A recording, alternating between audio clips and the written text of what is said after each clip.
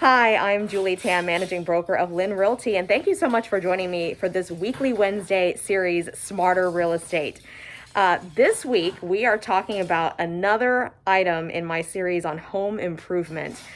So during the pandemic, so many Americans, certainly people around the world even, have been doing improvements, making improvements on their home, whether inside or outside. They're either tired of seeing certain things in their home, they're getting bored or stir crazy, or a combination of those, or they want to improve their home to get ready for a sale. So all of the things I'm going to go over today are relevant for all of that, and I'm focusing on our master bathroom. Do you hear that? You might hear some noise behind me. I don't know how well these AirPods are capturing it, but I've got actually a contractor in my home right now who's working on a few things. For us, we're definitely not bored. I am busy, very busy. As you've heard, as I've talked about, the real estate market is humming, it's booming. And of course, we don't have outside childcare help other than my mom, who works for our company too. So we definitely have our hands full, but there are a few things we needed to get fixed and done in our home. And so he's here handling those, and I'm going to go take you inside to talk to you about some of the improvements that we have made, not during the pandemic actually specifically, but before the pandemic, and some of the things that came with the home that are things that you could consider improving and adding on to your home. Before we go in, I do want to mention during this pandemic, we got the outside of our house, which is stucco, power washed. So that's been great because that really gives your home a facelift. Curb appeal is the first thing. It's the most important thing because that's the first thing people see when they drive up to your home. That's the first thing they're going to see most likely in the photos of your listing if you're selling your home or renting it out. And so people really want to be able to come home to a home sweet home situation. And then of course your master bathroom along with the kitchen are a couple of the most important rooms in your home. So we definitely want to pay attention to those things. All right, let me take you inside. You're going to see some baby supplies too because we have a 1-year-old and we use this bathroom for his purposes as well. Okay, so there's Tony working on our shower. Sometimes there's mildew that gets stuck under the grout. And so what he's doing is having to scrape off the grout and start over so that we can, have a clean shower. So when the mildew gets stuck underneath, it just can't be cleaned anymore. And so you just got to get rid of that. I'm sorry, I said grout. I meant caulking, the caulking, so that way you can get underneath it and get it cleaned. All right, so I want to mention something. These cabinets have knobs on them and these drawer pulls. In here, there are 14 of those knobs and pulls. I will tell you that that is one of the best investments that you can make. They can cost anywhere from a couple of dollars to a few dollars or several dollars if you buy the most expensive ones. But if you're wanting to go basic, literally you're talking about an expenditure for about 15 cabinets that's going to be under $50. It's the best money that you can spend to give your bathroom or kitchen a facelift. You can do it for all the bathrooms in the home really, but the most important of course is your master and the kitchen. So our baby with his stool and his scale have taken over. That used to be my makeup chair. I have to find another spot for that. All right, and then the other thing I want to point out is this is actually a failure. This did not pan out for us in a home improvement attempt, which is the chandelier. We bought the chandelier. It still has to be put together. These beautiful little crystals, glass balls that would hang from it. So it would be a multi-tiered, cascading chandelier, with crystals hanging from here and here and here. We would have to hook them on there individually, but just a little chandelier that we were going to put up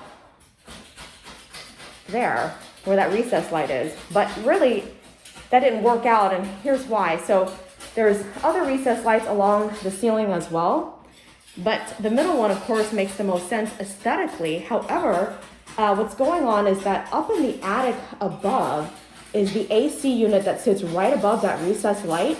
And basically what our contractor, Tony, found is that, the AC is sitting, normally it would be sitting on some, wooden beam supports, but this one is actually at least partially sitting, it appears, on top of the recessed light itself. And so if we were to cut up in there and go up there and install this chandelier, it could cause greater problems with the support of the AC unit. So we didn't want to risk that. So we're going to have to return the chandelier, unfortunately. And I'm actually not the type of person who returns things. I make decisions, I buy them, and we go with it. But in this case, it just wouldn't work out. So unfortunately, that's what we have to do. We even had bought this medallion to put around the recessed light up there, because the opening that you open for the chandelier wouldn't be the same size as the existing canned light. So you want the medallion to help cover any larger hole that might be created in the process. So we picked out this nice, you know, kind of a little bit ornate one, not over the top, but I don't really like simple, I like fancy and glamorous. Okay, and so yes, granite is the other thing I want to talk about. This is a really high-end granite. Most builders are going to give you builder grade granite for a more basic home, or even a kind of a mid-range home, or even in the luxury range. I've seen kind of level 1 and 2 granite being used. If your home is kind of a, you know, middle of the road, middle of line, you know, home, kind of average, or of course below average pricing, I wouldn't really go above that, because you're not going to get it back in resale value if you look at the other homes in your neighborhood, if they're not as nice.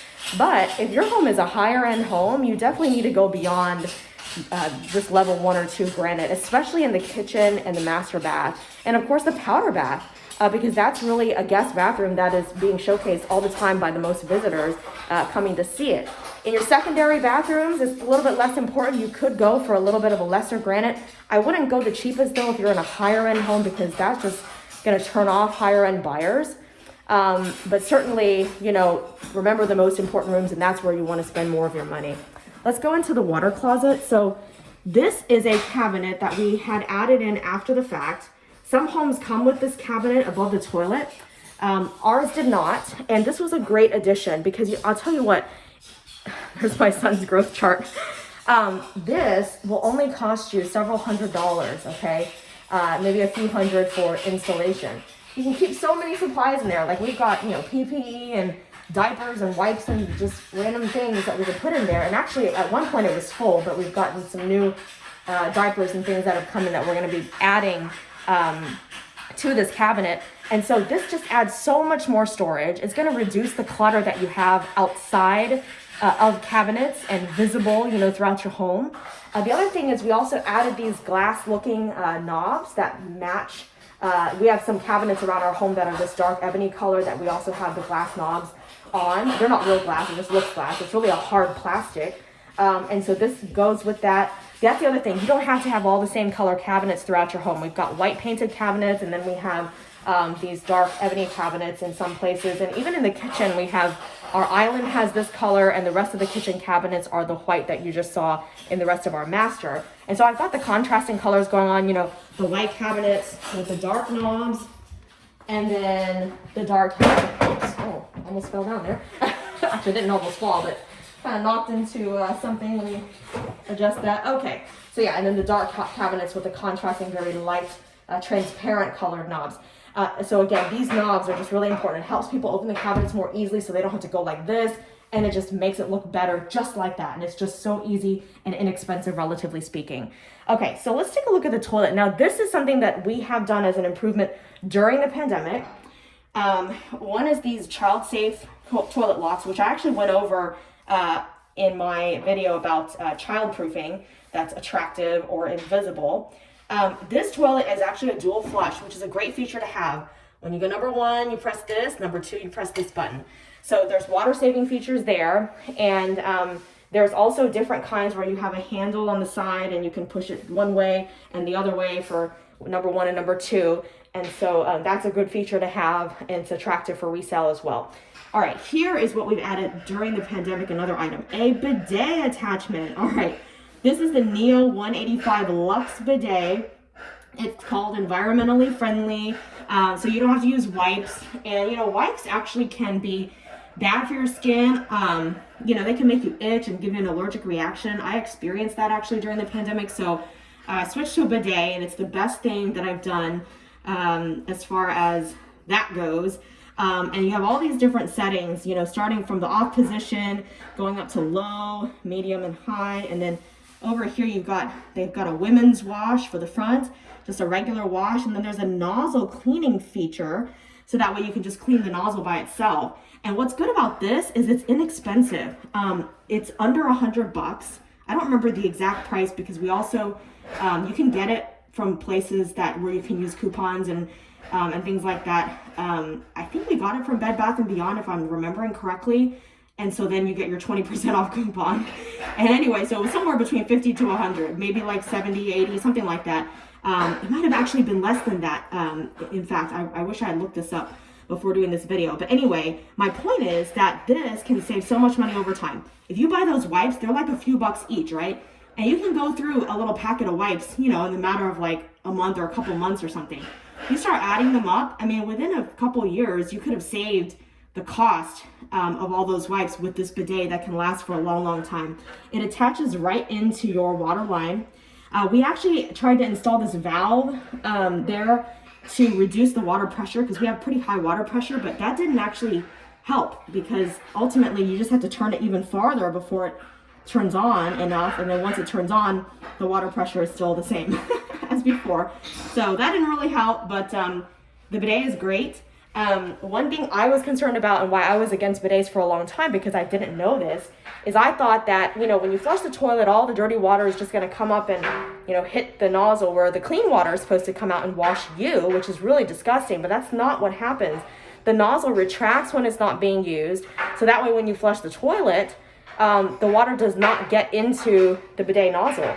The bidet nozzle is closed up and protected from any dirty toilet water during the flushing process, as long as you've turned off the bidet, which obviously you would, right? You turn the bidet on to clean yourself and you turn it off, and then you wipe dry, then you get up and, you know, so the bidet is already off by the time you're going to flush your toilet.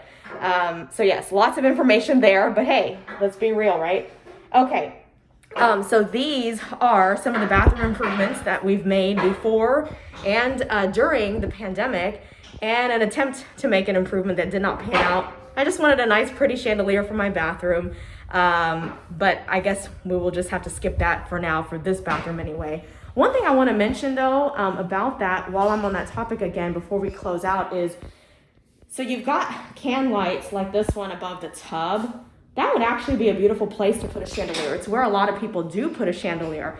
But actually, when we asked our builder, that's not according to code, because if you're in the tub, then you can just stand up and touch the chandelier, which means there's a risk of electrocution. The chandelier could fall into the tub full of water. And so you're not supposed to put it either over the tub or even right outside the tub where it's close enough to where someone could stand up and be able to touch the chandelier with any part of their body. So just a good tidbit for you if you're thinking about making such an improvement in your bathroom. Anyway, I hope you will follow and watch on YouTube and Facebook and continue on my weekly Wednesday video series, Smarter Real Estate. Add comments, send me a message, let me know what you want me to feature and if you have any questions. And of course, if you are looking for a real estate broker to represent you, I'd be happy to talk to you about that as well. Have a great week.